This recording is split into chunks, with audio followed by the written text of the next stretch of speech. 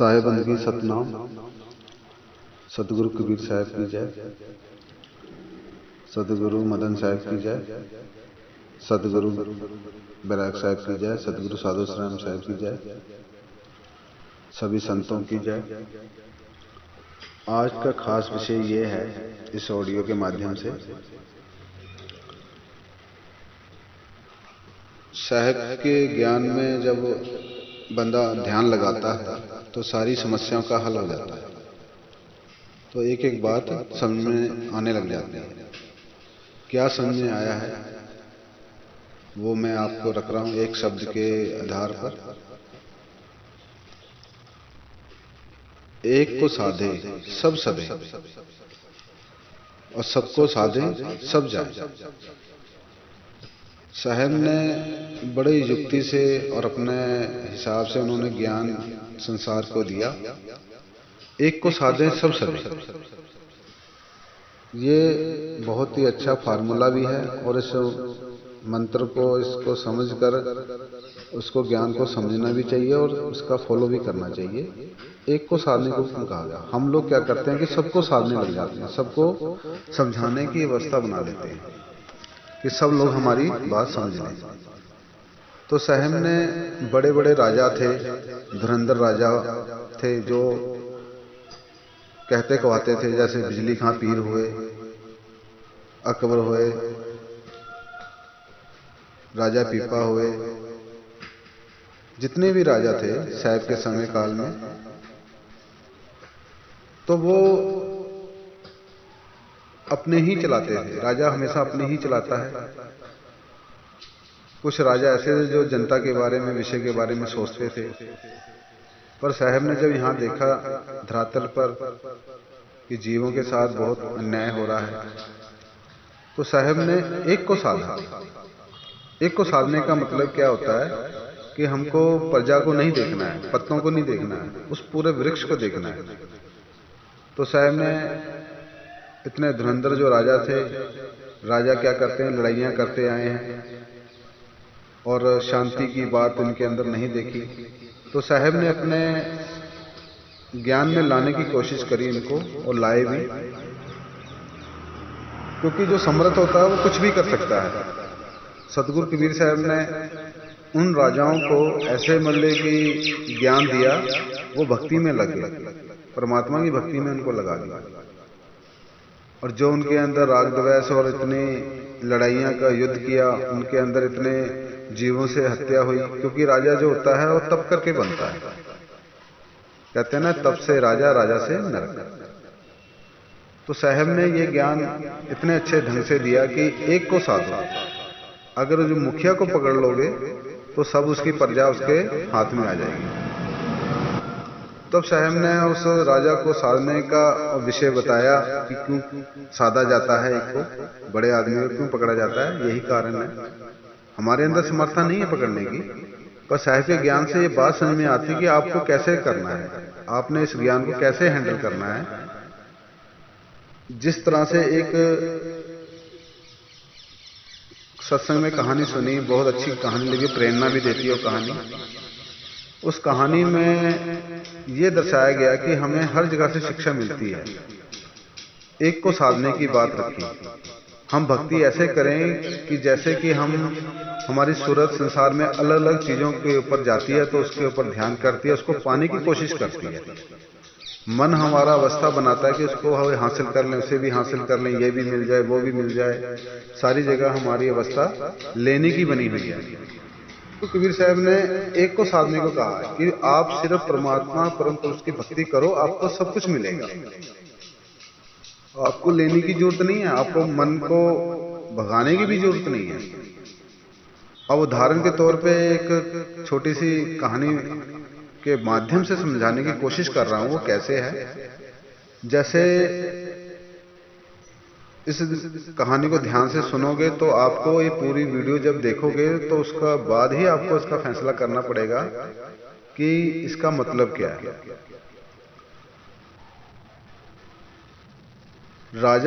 एक राजा था और राजा ने मीना बाजार लगाया था।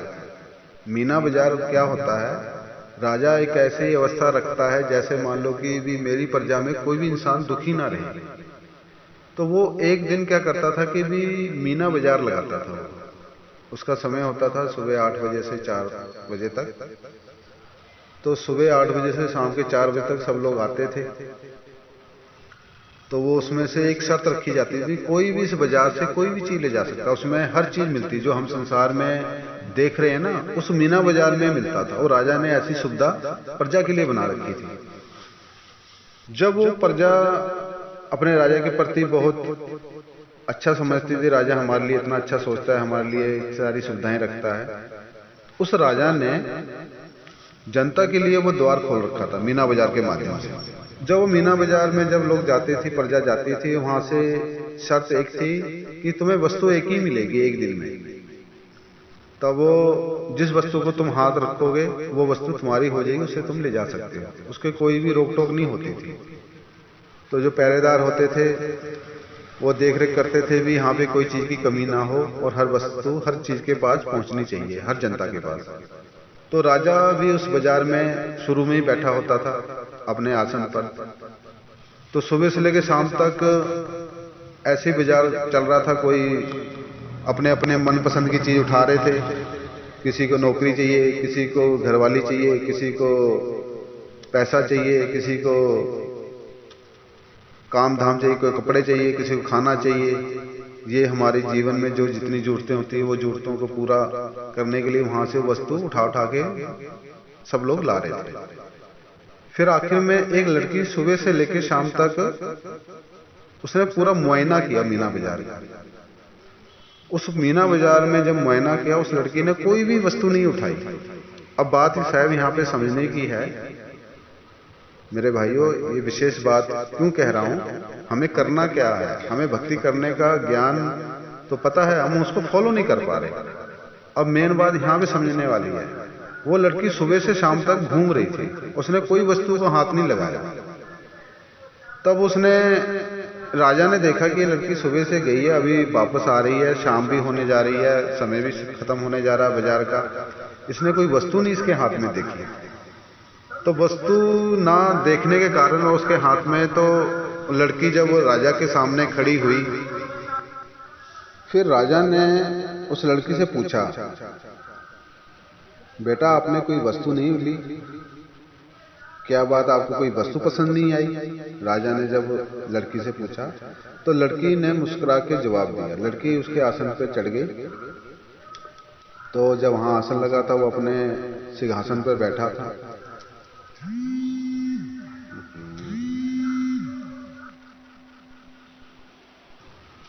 तब वो लड़की ने राजा से पूछा कि ये मीना बाजार लगाया किसने है? उस लड़की ने जब ये सवाल राजा के आगे रखा तो राजा ने बड़े प्यार से जवाब दिया कि ये बाजार मैंने ही लगाया है, अपनी जनता के लिए, अपनी प्रजा के लिए, भी कोई व्यक्ति किसी तरह से दुखी ना रहे। फिर वो लड़की ने कहा कि जिस वस्तु पे कोई हाथ रखता है वो वस्तु उसकी हो जाती है। तो राजा ने जब ये बात कही तो लड़की ने वो बात को समझा। जब बात को समझकर उसने विवेक जागा लड़की का, तो लड़की ने क्या किया, राजा के सर पे हाथ रख दिया। फिर लड़की ने पूछा राजा से, राजन आप बता तो अब किसका है? और राजा थोड़ी देर के सन्न हो गया, सन्नाटा छा गया उसके विवेक पर। कहेगी भी जैसे उसने बात रखी भी, अब तो मैं तेरा हो गया हूं। कहते अब मीना बाजार किसका है? फिर उस लड़की ने पूछा ये मीना बाजार किसका है? अब उस राजा को जवाब देना पड़ गया वहां पर। तो राजा ने कहा ये मीना बाजार भी तेरा है। अब यहाँ पे भाइयों समझने की बात है, हमारा विवेक अलग अलग चीजों पर अभ्यास करने में लगा हुआ, अलग अलग चीजों को पकड़ने में लगा हुआ, सूरत हमारी अलग अलग जगह जा रही है। इस कथा से, इस कहानी से हमें ये संदेश मिलता है कि हमको वो काम करना चाहिए जिससे सारी चीजें एक हो जाए, अवस्था एक हो जाए। हाँ, दो की और कईयों की अनेक अवस्था बनी हुई है। तो उस लड़की ने जिस प्रकार से अपने विवेक से काम लिया, किसी का भी किसी समय कैसा परमात्मा के कारण से निकलता है, जो भी कोई बात निकलती है, अच्छी बात निकलती है जो उसकी खुद की नहीं होती है, भले ही वो अपने मुखार बिंदु से निकाल रहा है, वो परमात्मा की तरफ से होती है। तो वही लड़की ने राजा से ये बात रखी, ये मैं भी तेरा हो गया, ये बाजार भी तेरा हो गया, सब कुछ तेरा हो गया हाथ रखने पर। तो लोग तो क्या कर रहे थे, एक एक चीज लेके जा रहे थे। उसमें से इतनी भीड़ में से एक ही जो लड़की थी, जो कि उसने सारी बात का ही खुलासा कर दिया, सारा सिस्टम हैंग कर दिया। हर जीव निकलना चाहता है यहां से, वो परमात्मा को पाना तो चाहता है, वो बेचारा क्या करे। प्रकृति मंडल माया जो है वो अपना खेल खेल रही है, मन अवस्थाएं अलग अलग ढूंढ रही है। तो हम जब गुरु के कहने पर चलेंगे, गुरु की बात को मानेंगे, तो भजन साधना जब करेंगे ना, तो अवस्था यही वाली बनेगी। हमने उस परमात्मा रूपी राजा को हाथ पकड़ना है। हाँ कि जब परमात्मा का हाथ पकड़ेंगे तो वो सारी वस्तु किसकी हो जाएगी, वो आपकी हो जाएगी। जो आप कहोगे वो हो जाएगा। यही काम नहीं हम कर पा रहे। सब भाई बंधु सत्संग के माध्यम से निकलना तो चाहते हैं, पर हमारे पास अभ्यास इसी शब्द का नहीं हो पा रहा। तो कहने का मतलब यही है कि हमको करना क्या है, साधना करनी है। कहे कबीर सुनो रे भाई, साहब ने भाई करके बुलाया है आत्मा को और अपने आप को साधने को कहा है। एक साधे सब सदे। हमने उस मन को साधना है जिस मन ने हमारा सारा सिस्टम हिला रखा है। सूरत हमारी जगह जगह भाग रही है। जब एक शब्द के साथ हम आ जाएंगे ना, वो एक ही शब्द इस लड़की का ज्ञान के विवेक की तरह हो जाएगा। सारी चीजें सिमट जाएंगी और एक अवस्था हो जाएगी। एक अवस्था जैसी प्राप्त होती है जिस व्यक्ति की, उसका जीते जी उस मालिक की ओर झुकाव होगा और उसकी मुक्ति का रास्ता ऑटोमेटिकली खुला हुआ है। मुक्ति कहीं ढूंढने नहीं जाना, कहीं लेने नहीं जाना, सिर्फ अपने मन को साधना है, मन को अपनी ओर खींचना है।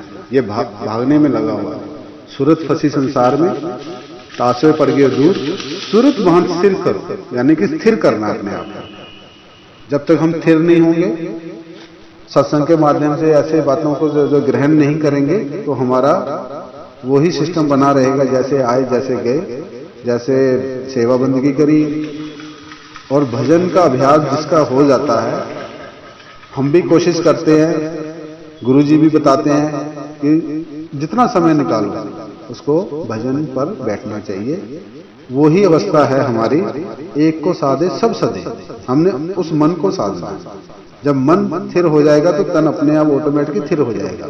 फिर हमारी सूरत उस शब्द में लगेगी। सूरत शब्द का जब तक मेल नहीं होता, गुरुजी ने बताया, सतगुरु विराग साहब ने हमें ज्ञान दिया है कि जब तक सूरत शब्द में नहीं जाती है, वहां पे बनती नहीं है, वहां पे हमारा खेल नहीं बनता है, जब तक हम इसी तरह से हमारा सिस्टम चलता रहेगा। तो जगह जगह भटकना होगा, जगह जगह आना होगा, जगह जगह जाना होगा। और हम लोग हर चीज का अभ्यास करेंगे, पर वो एक अभ्यास है हमारा बहुत कमजोर है। हम लोगों को उस पर फोकस भी करना, फॉलो भी करना है। गुरु के कहने पर हमने उनके वचनों पर चलना है। यही हमारा लक्ष्य है, यही हमारा मेन काम है। और संसारिक काम ऑटोमेटिक हो जाते हैं और ये काम करने पड़ते हैं। गुरु के पास जाना पड़ता है, सत्संग पर अटेंड होना पड़ता है, वहां पे सेवा करनी पड़ती है, ये सारी चीजें करनी पड़ती हैं। और संसार की चीजें, माया मंडल में जो भी हो रहा है, मन अपने आप उस चीज को करवा लेता है। आपको करने की जरूरत नहीं है। शुरू में जैसे कोई बिजनेसमैन काम करता है, वो क्या करता है, काम को चलाता है, फिर इतना चला लेता है वो खुद ही चलने लग जाता है। पहले काम को चलाया, काम ने उस जीव को चलाया, फिर वो जीव उस काम के साथ दोस्ती हो गई। अब वो उसमें निकलना नहीं चाहता। सोचा था हम भजन करेंगे, सारा धंधा खत्म करेंगे। यही साहब का एक भजन है, बहुत अच्छा भजन है। अगली ऑडियो वीडियो में ये जरूर डालूंगा। तो इस चैनल को सब्सक्राइब भी करते रहे और वीडियो को पूरी एंड तक देखेंगे तो अगले और वीडियो और माध्यम से आपको मिलेंगे, संतों के भी और साधुओं के भी और भक्तों के भी। इस चैनल में तुमको हर हमारे समाज के सत्संग मिलेंगे और गुरुजी भी सत्संग देते हैं बीच बीच में, कभी कभी मैं वो भी डालता रहता हूँ। आपको पुराने सत्संग भी मिलेंगे और आजा गुरु के भी सत्संग है इसमें, वो भी आप सुना करें। आजा गुरु ने भजन के बारे में बहुत अच्छा बोला है। प्रकृति माया मंडल के बारे में 2-3 वीडियो डाली है अभी साहब की, अभी मैं और डालूंगा।